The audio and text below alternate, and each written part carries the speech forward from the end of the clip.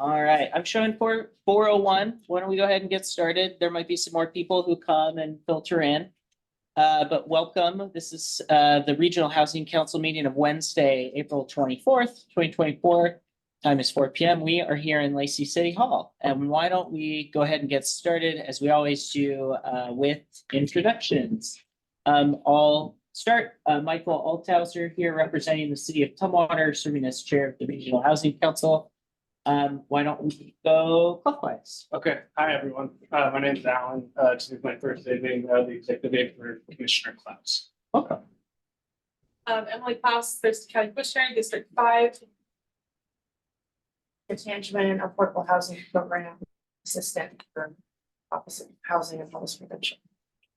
Tom Webster, Thurston County Office of Housing and Homeless Prevention.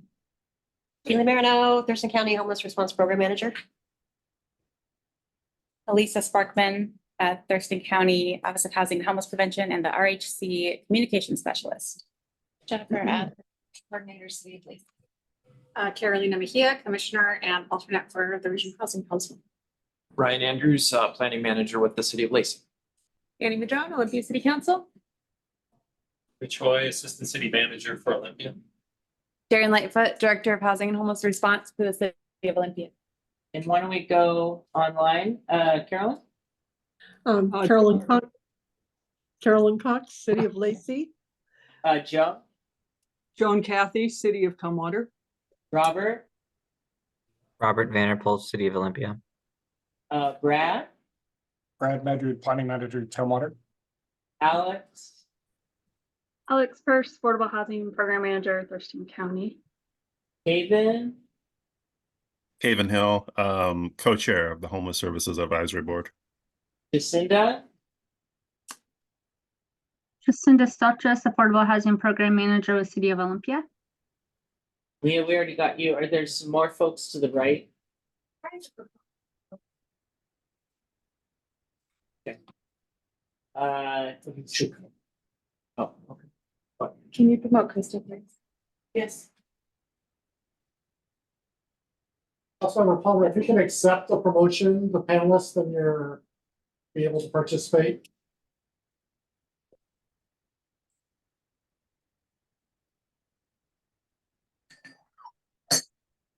Krista, we got you on your screen. Do you want to introduce yourself?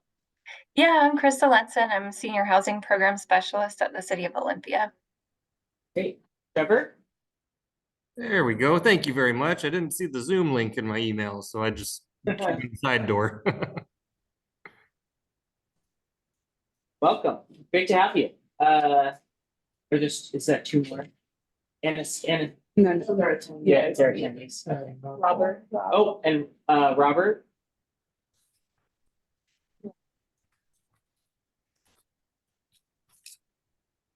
Hi, Rob. Rob, do you want to introduce yourself? Or if you already have tried, you are muted. That's Rob Delter, our Assistant County Manager. All right. I think we got everyone.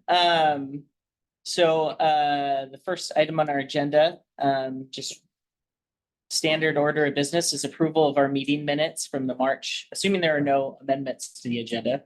Is approval of the meeting minutes from our March 27th meeting. Is there a motion to approve minutes? Motion to approve meeting minutes from last month. Is there a second? Second. There's a motion and a second. All those in favor, please signify by saying aye. Aye. Aye. Those opposed, the motion passes unanimously. That brings us to public comment. We have anyone registered on public comment? Is there anyone in the room that would like to make a public comment? Seeing none, we'll dispense with that item. Move on to our substantive agenda, the emergency housing fund request. And Keely, I think you'll help us walk through that. Yes, excuse me. So last week, Derek Harris, the CEO of Community Youth Services, reached out to us to see if their consolidated homeless grant funds, so CHG funds, if it was an eligible expense to repair the showers at Rosie's Place. The showers, there's 2 shower stalls. They are destroyed with in terms of water damage. over the years. They've been in need of repair for quite some time, but it's gotten to the point of that they are non-functional and they are in the past can attest that they are used nearly 24 hours a day for youth and young adults. And so unfortunately, CHG is not an eligible expense to do repairs or maintenance on a facility. And so I suggested applying for the Homeless Services Emergency Fund, which was at the last minute at the end of or at the middle of last week. So I sent the policy that was just passed in January by the Homeless Services Advisory Board on to Derek. And this is the request that he sent in following the policy and addressing all of the concerns that are listed within the Homeless Services Emergency Fund policy. And then on Monday of this week, we received this on Friday afternoon of this week, and we sent it and presented it to the Homeless Services Advisory Board on Monday, and they voted to pass and to approve this request. So this request is $22,000 for 2 showers plus a 5% contingency. They presented a invoice for services, and this is directly just $11,000 essentially per shower to get them operational, and just accounting for that something happens and that little extra fund.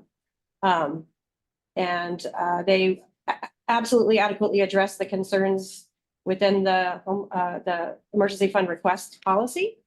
And the Homeless Services Advisory Board were happy to approve it. So we bring it to you today to also consider approving this request. By addressing the concerns, you mean by concerns, you mean the questions? Correct, like the criteria, the Okay. eligibility pricing. The board didn't have concerns. No. Right? Poor choice of words. So this is for $22,000. Can you remind me what the balance of the fund is? The 180? It is currently for the 23-24 fiscal year. We have not spent any of the 200,000. So there's 200,000. Yeah. And that started the fiscal year. We're on a January. This is on a September 1 to August 31st fiscal Okay. for these funds. So we're close to halfway through the fiscal year and we haven't expended anything from it. Correct. This is just barely more than 10% of balance. Okay, Yes. great. So anyone have any questions? So had they already gotten the showers fixed and they're seeking reimbursement? They have not. They're hoping to start work this week. Okay. Yeah. Okay. So in good faith, I think they went ahead. I haven't heard from Derek if they have, but they were hoping to get it done this week. Okay, and was the advisory committee, did they happen to be meeting on Monday? Yeah. And so I just wonder like what would happen in a situation where like they weren't meeting on Monday and like then there was this long delay before CYS knows whether or not they will have the funds to fix their showers. So I'm glad it worked out. Yeah. The way that it did, Yeah. but just something for us to consider. But I'm fine with this. I think it's good. Written in the policy, this request policy for these funds is a contingency that the Homeless Services Advisory Board would call an emergency meeting. That's right. Yeah. Okay. So, and then we just have to try to expedite it as fast as we could to come to this body. Yeah. So the county we vote to approve it. The county still has to approve it before a check could actually be issued. Correct. Yeah. But we can backdate the contract, so if they did work kind of this week, we would be able to reimburse them. Okay, great. That's what I was wondering, is that one time. Okay. Carolyn, so you have your hand raised? I think that pretty much answers the question that I had was with the contingency. Is this they expend the money and then they get reimbursed, or how that works with our finance? But I think, Tom, you pretty well answered that. Yeah, virtually all the county contracts are on a reimbursement basis. So Okay. that's how it's set up. All right. Okay, then I see you have your hand raised as well. Yes, thank you. I just wanted to speak, generally speaking, on behalf of the advisory board. A huge part of the reason why we voted to approve this expenditure from the emergency funds is because of how likely it is to interrupt services, not just for youth seeking hygiene services, but for youth seeking additional housing supports.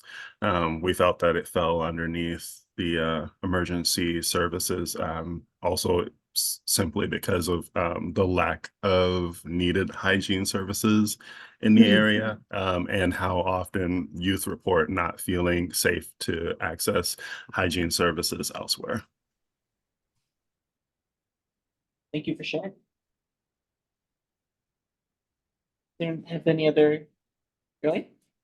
Will this be added on to walk onto the agenda this Tuesday? We probably will not be able to get on. Can't remember when the board meets Yeah. every other week, so we will get it onto the board's agenda as soon as we can. Yeah.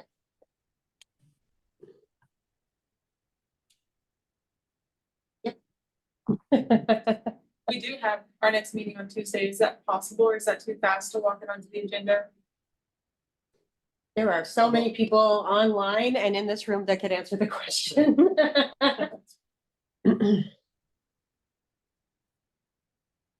I'll jump in, but Robin can always add on to it as well. It really depends on the status of the contract and what level of review internally that we need to have. So if it's not ready to walk on, that would be the issue. But the upside is because April has a fifth Tuesday, our next meeting is a week later on the 7th of May. So there's not a lot of time left. If that helps. And because of the fund source, this would need to be a new contract that we could put together very quickly with a scope of work and get it. We can work with the clerk and the board to figure out the timing. Yep, there's a lot of discretion that the board members have about walking something on, but we want to make sure the contract is ready. Right.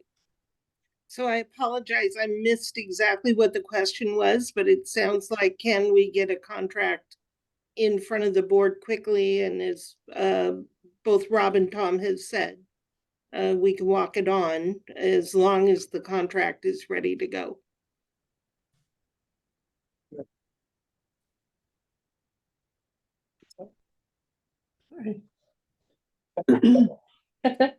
Carolyn, did you have do you have a comment? I was just gonna say, are you ready to entertain a motion? I am. I would be happy to entertain a motion that the emergency housing fund request is approved as presented. So move. The motion, is there a second? Second.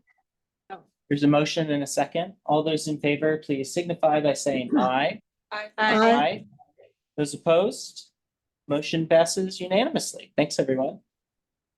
That brings us to item 5 on our agenda, the Preservation and Reinvestment Initiative for Community Enhancement, or PRICE, Notice of Funding Opportunity Update.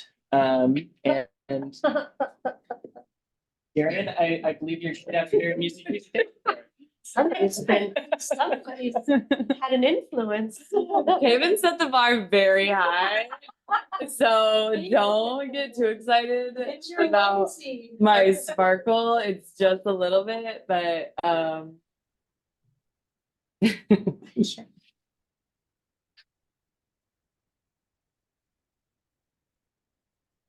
all right. So Price is right. There's Bob Barker and all his ladies.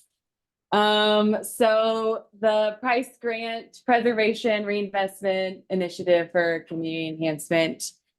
This is a NOFO that HUD released about 6 weeks ago, and it is targeting specifically manufactured home parks with a focus on rehab. So ROC USA, or Resident Owned Communities USA, which also works closely with the Northwest Cooperative Development Center, a local organization that supports the co-ops of businesses or restaurants or housing, has worked closely on this NOFO to target manufactured home parks, look at rehabbing parks, how we can keep them affordable, how we can ensure that they don't become deteriorated over time, try to evolve them into resident owned so people don't get priced out. a lot of really great work around manufactured home parks and seeing them as a part of our affordable home ownership ecosystem. And so this funding is really unique, and it's the first of its kind, and Rock USA partnered with HUD to create this funding for local jurisdictions access. So there's $225 million available. Maximum award amount is $75 million. And it follows the CDBG typical guidelines. Applications are due June 5th with a 6-year spending period. So again, the CDBG regulations, several of us are entitlement communities, so it'll follow all of those HUD guidelines, what's an eligible activity, et cetera. So here are the big main pieces of the price NOFO. And so before you today to talk about that staff are looking to move a proposal forward, what we're trying to include in that proposal, and then the timeline and the restrictions. So we can go to the next slide, please. Okay, so our proposal includes, like I said, the price NOFO really targets rehab, but it's really on all manufactured home parks and how you can include them in the affordable housing ecosystem. So we're looking to do something a little bit more unique and to create a new manufactured home park and have it be resident owned from the start. So having land, creating a manufactured home park, and it's a co-op right from the get. And because we're using grant funds, we can subsidize the land, the site improvements, and the homes themselves. And so we'll be able to target a lower AMI threshold and have people be in stable homeownership opportunities in a co-op model. We're partnering with the Northwest Cooperative Development Center, which we feel like that's a really large advantage to our application. As I said before, they've been leading this work. They're one of few organizations in the nation that really target manufactured home parks and making them co-ops, and that they're ready to be partners in our application. We feel really excited about. The city of Olympia did an affordable home ownership study over this past year and looked at how we could advance home ownership opportunities throughout all of our scale. And with that, the Northwest Cooperative Development Center created a pro forma for us to be able to create a new manufactured home park for it to be resident owned from the start. And so we have a foundation, we have some data, we have tools to say that this is feasible. Here's our estimate cost that we think that it would be. And here's an eager and willing partner that we're excited to submit this application with. Because we are including the purchase price of the land and the location that we have this set up for, we have a place in mind. We're not at a place to be able to really talk about that publicly, but we have a site in mind, and we're factoring in the budget for purchase, for site development, and for the homes to be there. Those will be able to be deeply subsidized, and we can ensure long-term affordability, which is a large part of the scoring criteria in the NOFO. And again, we're before you because we'd like for this to be seen as a regional housing project. We've laid the foundation. We have the manufactured home park subcommittee. We have a lot of targeted work around affordable home ownership. We have our funding systems that are set up, and then we have meetings like these where I can come here and share with you all what we're trying to do. And even through tech team, we've talked about this funding opportunity quite a bit, and how staff from each jurisdiction can contribute to this really robust proposal that we need to submit. So that's what's before you today. The next slide, please. So timeline is so tight. Between now and the 15th is when we're writing the proposal. It's a typical 40 pages of narrative, minimum, like a ton of addendums, all of our SF424s, all of a typical grant proposal. And then we'll have a 15-day public comment period, just like CDBG requires, from the 15th to the 30th. A public hearing has to be held within the public comment period days. So that's on, we have that tentatively scheduled for May 21st. And then the program proposal is the 5th. So yeah, a lot of work to put this together to meet this tight timeline. Okay, yeah.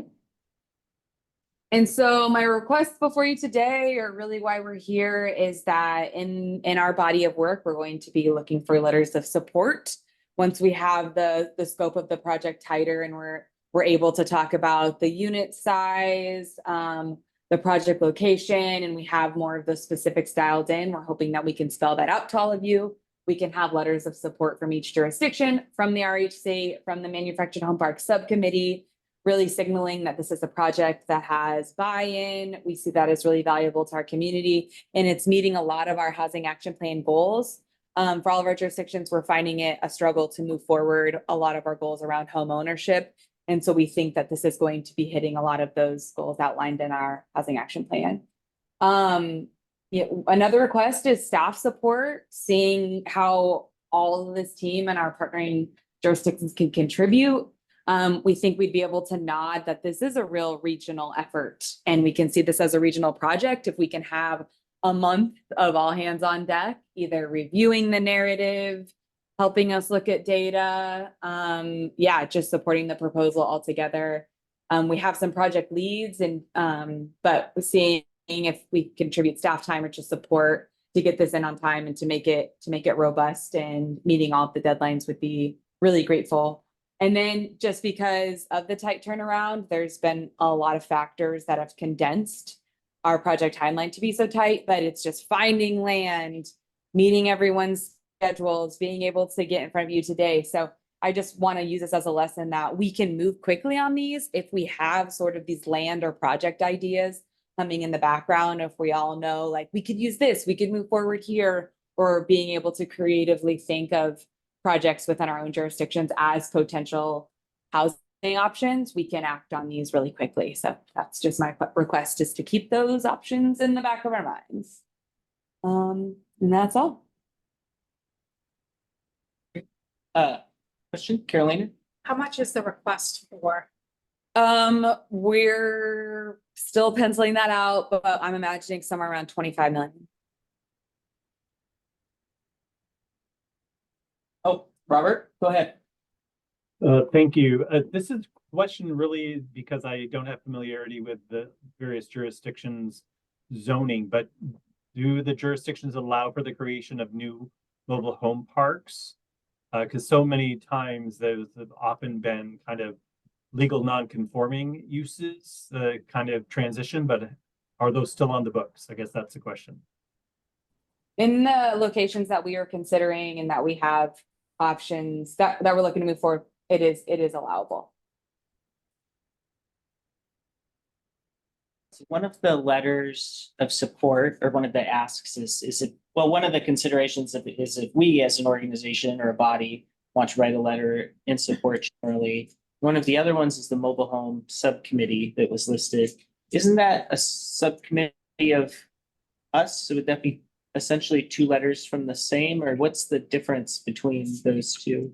Yeah, they could be the same. I feel like the Manufactured Home Park Subcommittee is kind of unique that I've seen in larger governing bodies. To have a group of people really focused on this seems unique. And so I'd like for us to take that opportunity and have it come from a group of people that are focusing on this work. So if having them double dip like that seems awkward, then we don't have to. But it just felt like an opportunity to name that subcommittee, show that we're working on it, and that this group that has some, expertise signs off on what we're trying to do, I think would bolster up. Trevor?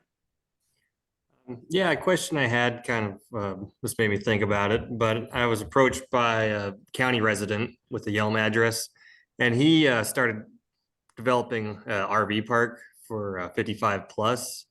And but he's been fighting for permits and stuff, and I'm not sure exactly which entity he's fighting with, but now he's been being told to shut down. Is this something that could maybe help him as well? Because he's focusing mostly on 55 plus RVs, and I think he wants to get into mobile homes eventually, but it's out in the county. Yeah, that's this is focused primarily on manufactured home parks. And the award has to go to another nonprofit organization, not necessarily an individual person. So if he were to be connected with a larger organization looking to do this work, then yes, he would be open to this funding. But because he's just a regular person looking to do it, these pass-through funds wouldn't work for that. Okay, thank you. Okay. Carolyn? Okay, well, a couple of things. I'm really excited first to see the initiative on this, and it's certainly a piece of the housing puzzle that makes affordable housing a reality. I know we can't talk about the location of the site, but I'm curious to know what Olympia's work on this has been to analyze how much of the land is actually developable. I understand there's a lot of wetlands.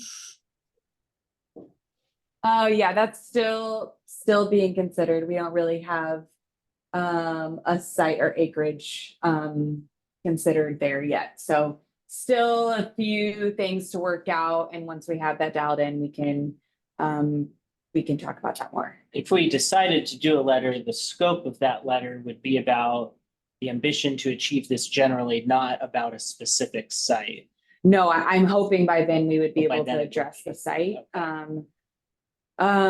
Yes, I hope the letter would include the site. We just have a few pieces to iron out before we get there. But yeah, I hope that you all would be able to understand the whole scope, the AMI we're trying to address, the units that we're trying to achieve, the location, how this project impacts the larger community that it surrounds. So I hope that you would be able to see the scope and really sign off on its intent, the larger community impact. Okay.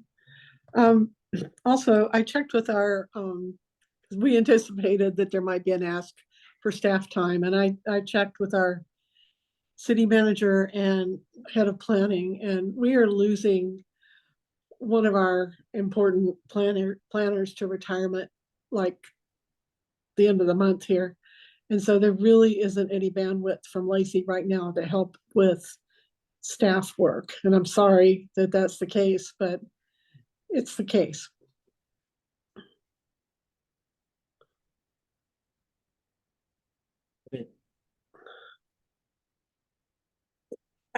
No, you're fine. I didn't see you back there. I was gonna say something if you didn't turn your head.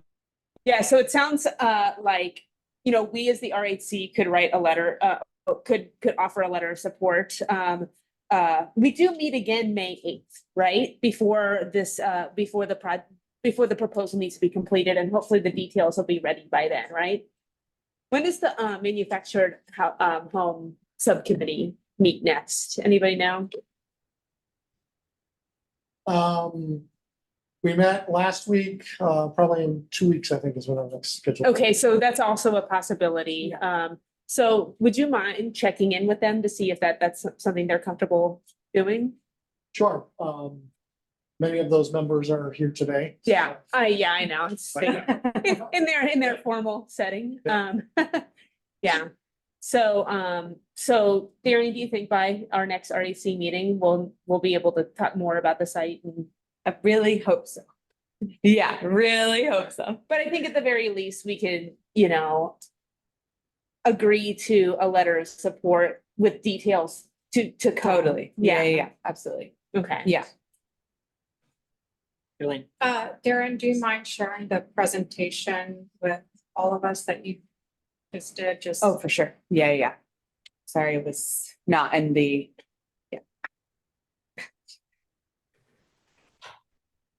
I'm not sure if we actually need a motion to write a letter or to begin drafting one, looking at staff might. Yeah, we can go ahead and draft the letter and have it, bring it, right, there's the May 8th meeting, so that's nice. We've got a kind of a short time before the next RHC meeting. So we could bring a formal letter for your consideration at the May 8th meeting. And then we would all be present to sign it, and then all the jurisdictions' names would be on the bottom of it. Great. As opposed to just the chair, the vice chair. Does that? Yeah, I don't think we need to do a motion. Does that raise concerns for anyone if we sort of proceed with the letter and then we'll have it the next meeting and can talk about signatures and things? And I don't know that we need a signature more than the chairs. Okay. Yeah, I'll be virtual next time, so, if you want me to email you a signature, I can, but I think when we've done letters in the past, it's just been the chair Okay. that signed it, maybe Chair the and vice vice chair. chair, yeah. Okay. Our letterhead, the RHC letterhead does list all the members in the jurisdictions who are members of the Okay. RHC. So Okay. all the jurisdictions are listed on the RHC letterhead.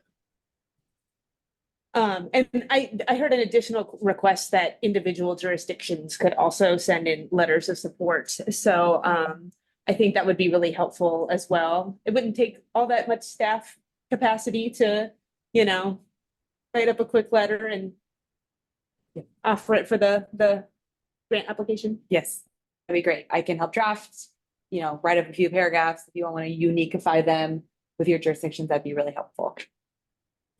Uniqueify. And I would just say county staff, kind of Alex and I are helping with the drafting of the application, so. Yes, very involved. Thank you. Okay. Great. Just one more quick question, and Trevor alluded to it somewhat, but might this, if we are able to accomplish this, might this make it, I'm sorry, I'm trying to think my way through a question that I haven't fully formed, but I'm concerned about other existing manufactured home parks. Is there any way that something like this could help launch a blanket of protection for them? Or So be the state is also applying for this grant. And they're applying for opportunities for preservation.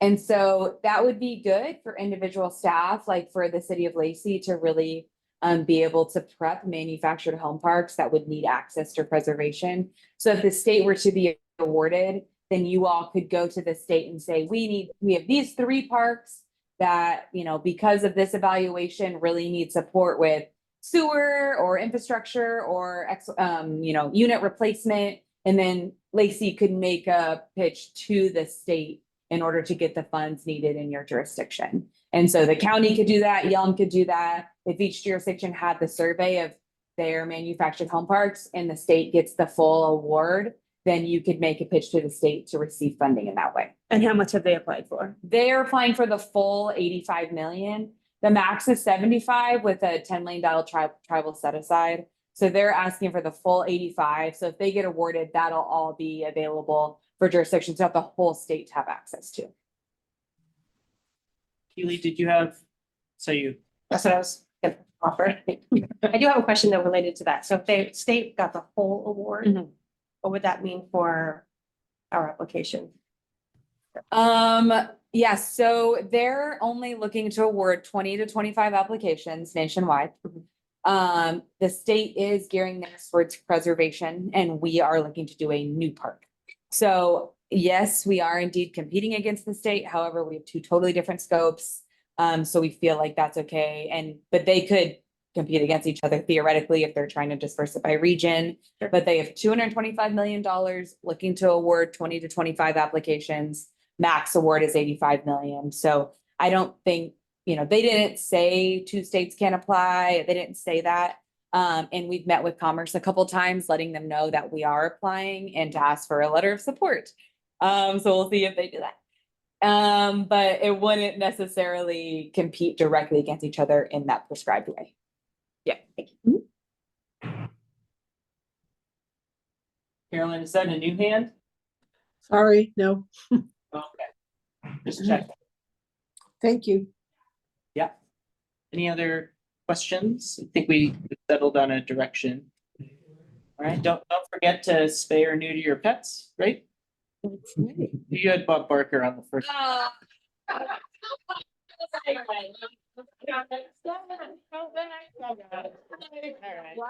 yes, thank you, Michael. So wait, was the acronym SPAY? No, it was right. All right, glad somebody got it. Oh, okay. Yeah. That takes us to our next item on the agenda, our communications update, and reviewing our draft report of our draft annual RHC report 2023. Yes. Help us walk through this? Yes, thank you. So hopefully you had a chance to kind of review. I put some kind of instructions on the top in the agenda packet. So right now it's a really rough draft. Mostly what we have is kind of what's going to be included in it.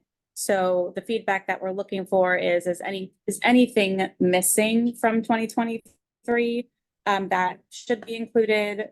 So kind of like big picture stuff. So if we just want to kind of go through it together, an opening section about the RHC, a section on the advisory boards, and we have a lot of information available online. And so to keep the report relatively short, if we're looking at including links to more information.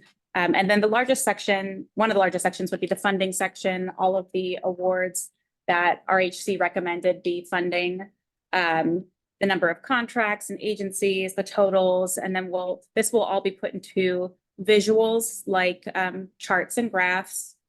And there'll be a breakdown of the percentage of funding that goes to the different project types, so we can kind of see how it's dispersed. And then we have some other things that went on in 2023, kind of jurisdictional agreements around funding that weren't quite the same as like approving making the recommendations around the RFP funding. So the Franz Anderson Permanent Supportive Housing, the Home ARP Allocation Plan, and the Local Home Fund. So those are kind of part of that funding section, but they're a little different than the RFP stuff. And then a section on all the affordable housing development that's going on. This will be also put into visuals, what the agency is, what the project name is, the type of housing, the number of units, and then the status of where it is at the end, or really where it was at the end of 2023. And then a section on the Lived Experience Housing Steering Committee, section on the Rights of Way Initiative. We did the legislative priorities in November that we put out. So a little section on that links to the full document. And then the other larger section is on the technical team and our work as the tech team. So any thoughts on things that are missing? This is our first. Didn't we create the emergency fund 2023? Like, is that worth noting, the creation and implementation of that project too? Yeah, that's actually a good point. It had been created previously under the CIP. And so it had existed in some format, but we kind of reinstituted, developed a new policy, kind of a formal policy. So we kind of revived that this past year. So that's along with the opportunity. Isn't that 2024 in the policy? We just did. Yeah, the homeless services advisory board. Yeah, This January. so maybe formalizing those policies will be in the 2024 one. Okay. It's hard to parse it out. It really is. Yeah, it might be worthwhile to report on like the outcomes of these 3 legislative priorities. Like, were we successful in our advocacy? Just raise awareness for folks like that. What needs remain. Yeah. Thank you. Carolyn? I'm wondering if Maple Court belongs on this list. So there's the whole section on the Rights of Way Initiative. And that will link to that 2023 snapshot document. Are you looking at something more than that? Like, we could specifically call out Maple Court more, and probably the Franz Anderson Tiny Home Village then as well in the Rights of Way section. Yeah, I think it would be good to include specifics if we can. Like, both of those would be excellent.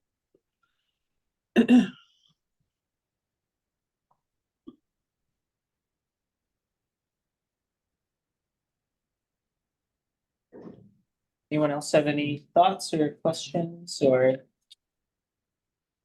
I'll just say, and I can't remember, Lisa, if you mentioned this, so I apologize if you did. It is, in developing this, we really saw kind of a key audience of being the jurisdictions.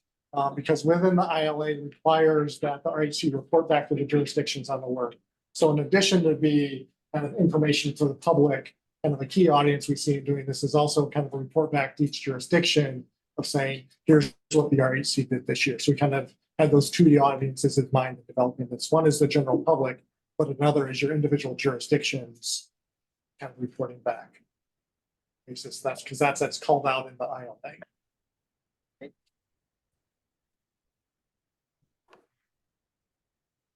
Any other thoughts or comments online? Great, so this is a draft.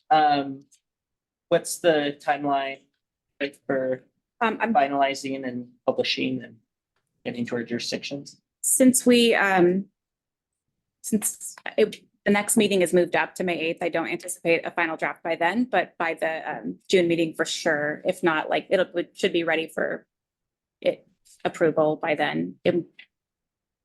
We might not even, I don't know if we need to have like formal approval or if we can just do it over email for something like this. Yeah, I don't think we would need formal approval. It might be good to have an agenda item to just review, to go over it real quickly. I don't think it'll take that long. So definitely by the June meeting then. Sure, great. But I think, sorry to kind of add on that, I think we could send out, here's a final draft. Yeah. In mid-May, send it out to everyone. Yeah. And if there's kind of comments, we can take your feedback. And then it can be kind of an unofficial kind of draft that's kind of available before it gets finally approved. Or anyway, just some way to kind of get it out before the end of June, because it will be ready before. That sounds good. I think, I don't think any like body should ever have to like vote on a final communications document. Just because, I mean, for one, it delays you, but for two, you know, there's certain things that can be done, you know, where we can just trust that you're doing the good work. So I appreciate that. Agreed. All right, seeing no other questions about that one, that brings us to good of the order, where we all just have an opportunity to share relevant information or upcoming events or things. I'll go ahead and kick us off for the city of Tumwater. A couple of weeks ago, we had a joint meeting with our planning commission and actually did a tour of different types of housing in both Tumwater and Olympia. Actually, we got a couple of our parks and recreation coaches and drove to a few different locations to look at some denser neighborhoods in anticipation of our upcoming comp plan changes and probably some increasing corresponding density requirements with those. And just kind of took some time and also opened it up to the community to bring community members with us to look at triplexes and fourplexes and duplexes and different parts of the community. And that was a really fun, good event. I think it opened a lot of eyes and it was really helpful. Then the only other update I have is yesterday, actually, our budget and finance committee, it's our turn for CDBG dollars, and we had our interviews yesterday for folks applying to grants. And so we have the two buckets with the focus on housing for both of those, but there are a few applicants that kind of fall into the human services territory, like Boys and Girls Club or peer support specialists. But we did interviews for those, and our council will be voting on awards in the next month or so. Danny, do you want to? Yeah. Yeah, so we've gone through our process with our latest round of tenant protections. I brought it up before, prior that they were going to a public hearing before. I think I had said that I was going to send out what we were working on, and I neglected to do that, but that's fine because we made a couple of changes anyway. So I will send out what we approved to everybody here so you can have it in front of you. But just to give you a sense of what we approved, landlords will be required to provide tenants at lease signing with a letter from the city around tenant rights and who they can contact if they need any help. We also approved relocation assistance for different situations, such as if a unit is condemned, if there's a change of use. There's a couple of RCWs that kind of guide cities on how to do that. We also approved rent relocation assistance for if rent increases over 7%, and that is cumulative over a year. If rent goes up 7% or more, then and the tenant has to leave as a result, then they will receive 2.5 months of relocation assistance from the landlord. We also included allowing tenants to provide their own air conditioning.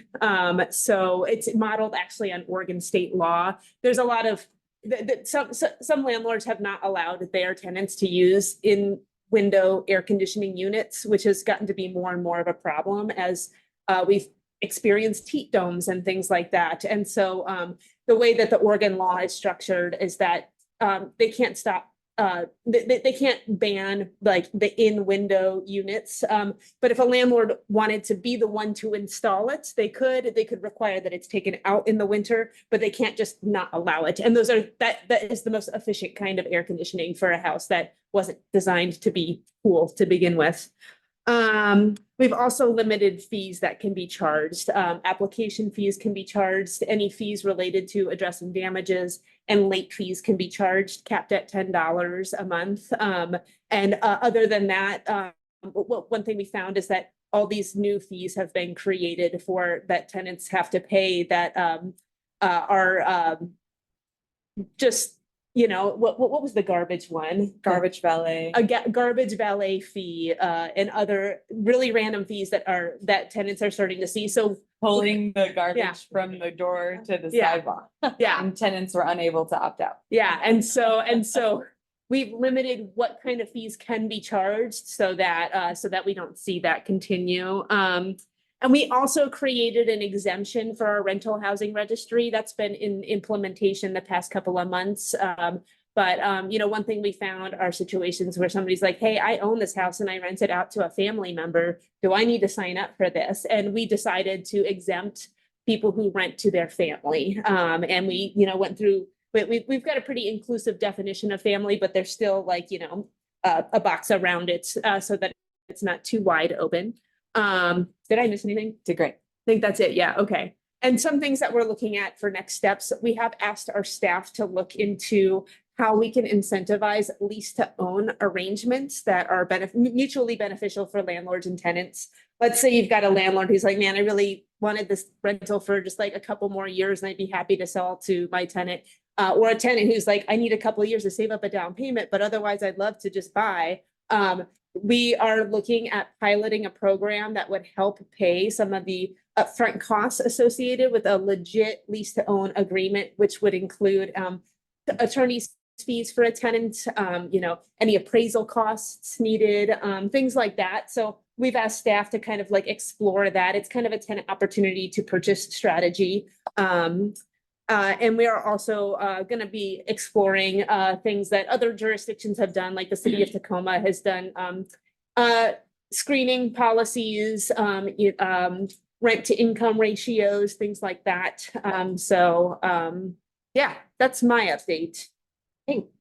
Yeah, sorry. I wanted to make sure you guys had all the information. great. Like I said, I will actually this time like type it all up in an email and send it out so you guys can know what we're working on. Congratulations. Thank Yeah. you for sharing. But Yeah, no, yeah. that's It was wild. It was a big lift. I remember it, relocation assistance being talked about in 2019 and it kind of just got left there.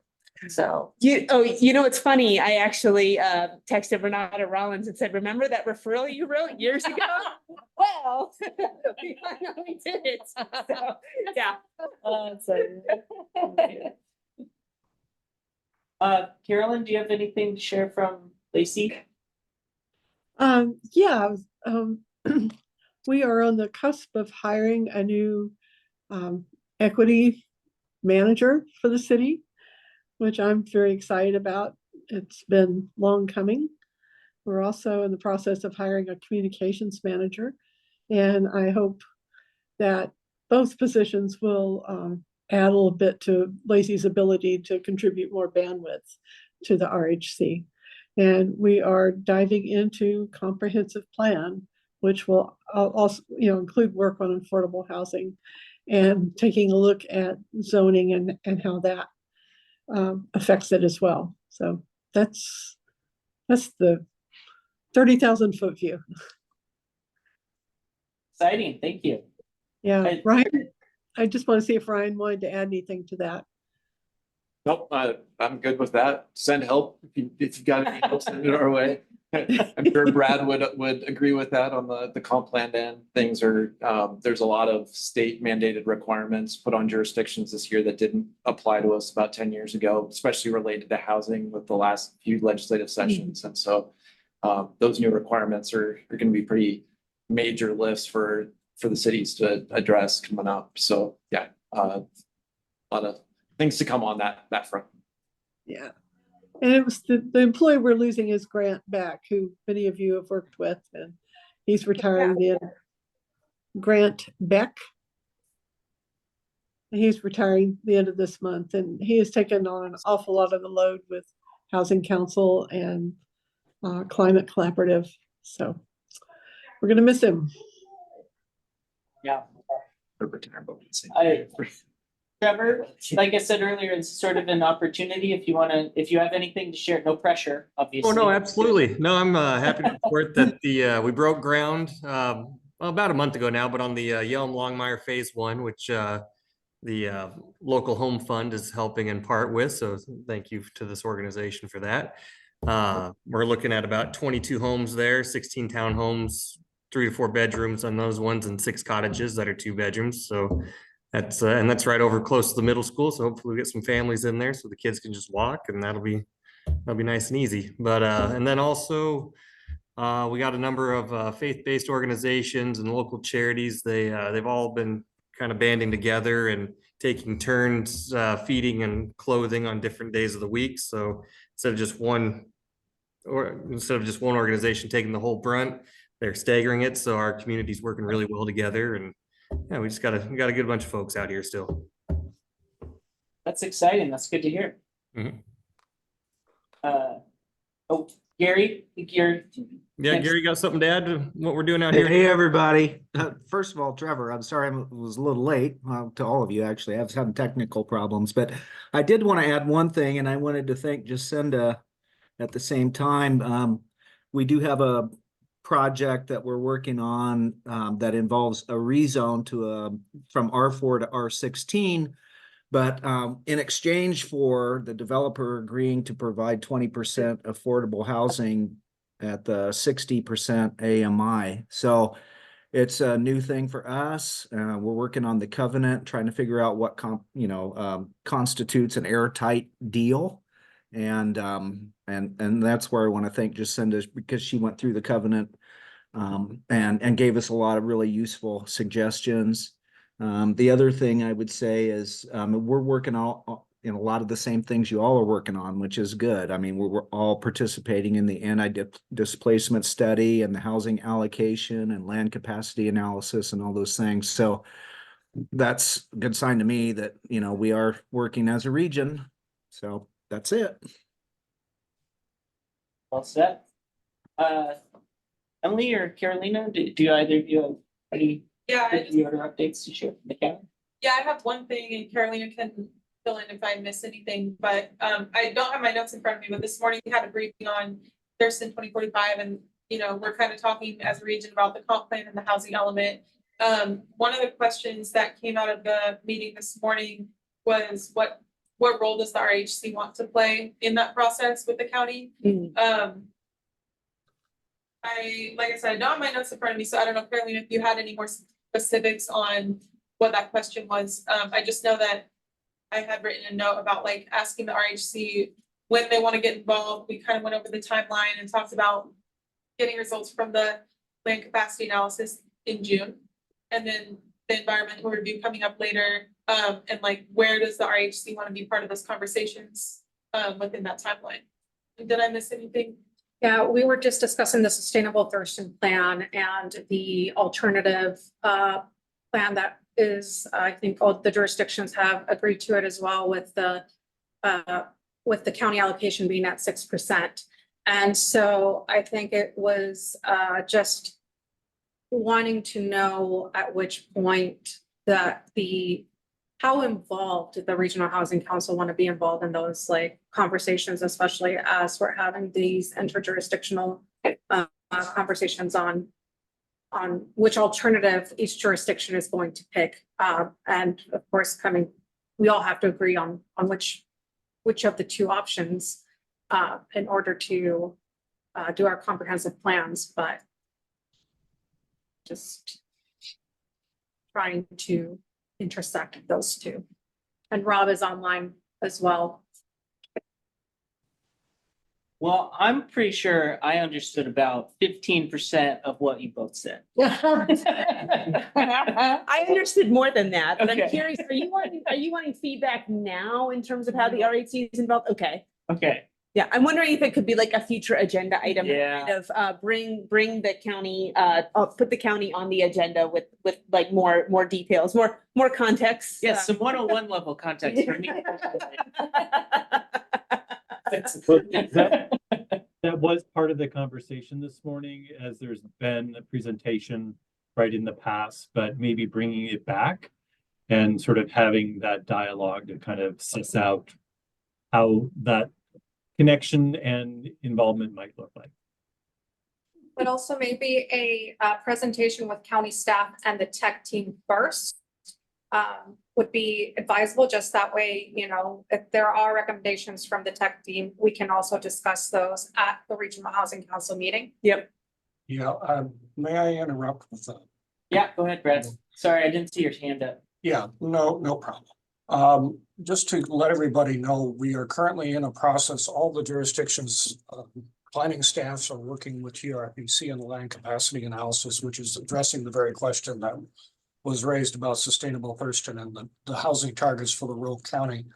My suggestion is, because we are using that process right now, first of all, to turn off your video and then not be able to turn it back on again, is to basically try to resolve those issues on a staff level before we need to go to a regional discussion. I would suggest that we let that process finish first, and if there are issues coming out of that, then perhaps we look at the Regional Housing Council or some other format for addressing those. I just think it's premature to involve the Regional Housing Council until we actually complete the work that we need to do and have those discussions on the staff level. And Brad, did you, was it Gary that said that the land capacity analysis will be done in June? Somebody said that, maybe it's you. Yeah, Okay. I believe the intent is to try to complete the process probably towards the end of June. So, Okay. you know, we're expecting, you know, all right now, the TRPC has reached out to all the jurisdictions to provide some additional data for them to start running the numbers. We anticipate that process will probably take through the end of May. And then we have a series of meetings set up under our contract with TRPC to work with the county and the other jurisdictions about how we deal with this particular issue and what kind of recommendation comes out. Carolyn, did you have a comment? No, thank you. Okay, go ahead. It's, adding on that topic a little bit, the displacement study between all the jurisdictions will go to Olympia City Council on May 7th, and then we'll be coming to all of you to sign the contract to have a joint consultant to do the displacement analysis for the comprehensive plan. So just an update, you all, that it's coming, trying to get it on your all's council agendas. That way it can be signed and be in alignment as we do our housing allocation. So just wanted to update that. It's through our legal, we got everything ready to go. Going to council on the 7th and should be coming to all of you after that. And then another update on Friday, Krista worked with a larger group to convene people around the Black Homeowner Initiative that's been working through our legislation and came out of King and Pierce County. She brought down experts from Seattle and hosted like a 3 or 4 hour get together to figure out, can we bring this work to Thurston County and what it would look like for us to pick up the momentum that King and Pierce add on to what they've been able to do and incorporate some of those policies and findings into Thurston County. So Thurston County staff were there. We had people from Enterprise for Equity, Habitat, Thurston County Realtors. And it was a fruitful conversation. And in order to really keep this moving forward, we need help from staff and folks to keep this work moving. So Krista, if you want to talk any more about how that went or what I missed, feel free, but it was really great. And we're hoping that we can bring some of the work to Thurston County and build off with other regional partners. Yeah, I think you gave a good intro. I'm just excited about the different partners and people who are interested in joining the conversation. And I'm hoping to have just kind of a follow-up or debrief with the folks who attended And then anyone else who's interested and wants to attend, I can include you as well. So just let me know, just to kind of dive in a little bit more to what we think we would be able to bring from Thurston County and how we could contribute and partner with the work that they're doing, and just talk a little bit more about that and what that might look like. So if anyone is interested, feel free to reach out and I'd be glad to include you in any of that work moving forward. Great. Any other good of the order? Tom? Yeah, we got an email from today, that we're getting a little bit more money from the state, than we thought. So that's good news. The advisory boards have been, the Homeless Services Advisory Board met on Monday. The Affordable Housing Advisory Board is meeting on Thursday with all bringing funding recommendations to you for the May 8th meeting. So we're gearing up. And then today we found out we get another $2.4 million in kind of homeless services dollars. So really just a heads up. And then now we've got to figure out how to make decisions around that because we've already had our RFP process. And we're kind of looking to renew projects. So Keely and I and kind of our team will kind of brainstorm on how to kind of move forward with kind of allocating those funds and engaging with the advisory board. But just a heads up that in May 8th, we'll be bringing some decisions to you and we may have some future decisions, additional funding decisions that we need to bring to you. But so roughly kind of an additional 2.4 million in funding from the state, homeless services funding. Sweet. That's awesome. That's fantastic. So if there are additional decisions, you mean the meeting after May? Because we don't meet again until the end of June. Right. Yeah. And so, yeah, so those are all things that we're trying to like process. And so if it might all work out that we can bring a plan forward on May 8th for those funds. Yeah. Okay. Well, it's fantastic. Yeah. It's a good problem. Yes. Want to discuss ARPA? I'm sorry. ARPA, those projects. Yeah. Yeah, he does not.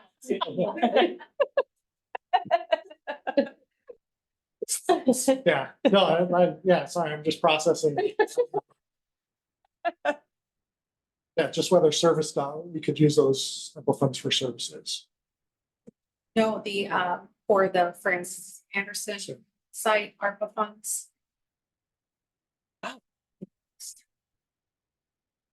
So we have, Thurston County allocated 3.5, was it, how much was it? Was it Yeah. 2.7 for ARPA funds for the Francis Anderson site? Yes. Of course, we are waiting for funding to come in through for our grant, but we all know that with ARPA, we're on a timeline. So one of the things that the county had discussed was maybe switching for funded projects that the RHC had already done, so that way we could use maybe do a switcheroo and use ARPA funds for that. We're still looking into projects that would qualify for the ARPA funds, but just giving the RHC a heads up about that possibility that we are looking for alternatives, so we don't lose that funding and it can be used for other projects. Thank you for that. And I'll kind of a tangential update is this group may recall last year, about a year ago, awarded funds to the Southport project. We were hoping to kind of swap the ARPA funds for that. That wasn't going to work out. But that project is looking to close in early June. Now they're shooting for May, but it's just taking some time. So that project, county is moving forward with signing a contract of 2.65 million of the county's local home fund along with City of Olympia local home fund for that project. That will be 162 units of housing. So that project's looking to go to closing here in June. That's moving forward. Yeah. And their impact fees are going to city council on May 7th. And that includes their lot impact fees. So thank you all for your lot contributions to be able to have their ERU reductions and then their impact fee reductions with the city. So yeah, that project is really looking good. June. That's great. Any other good of the order before we adjourn? Standing hands online. All right, we're adjourned. Our next meeting is on May 8th. So soon. Yeah, thanks, everyone.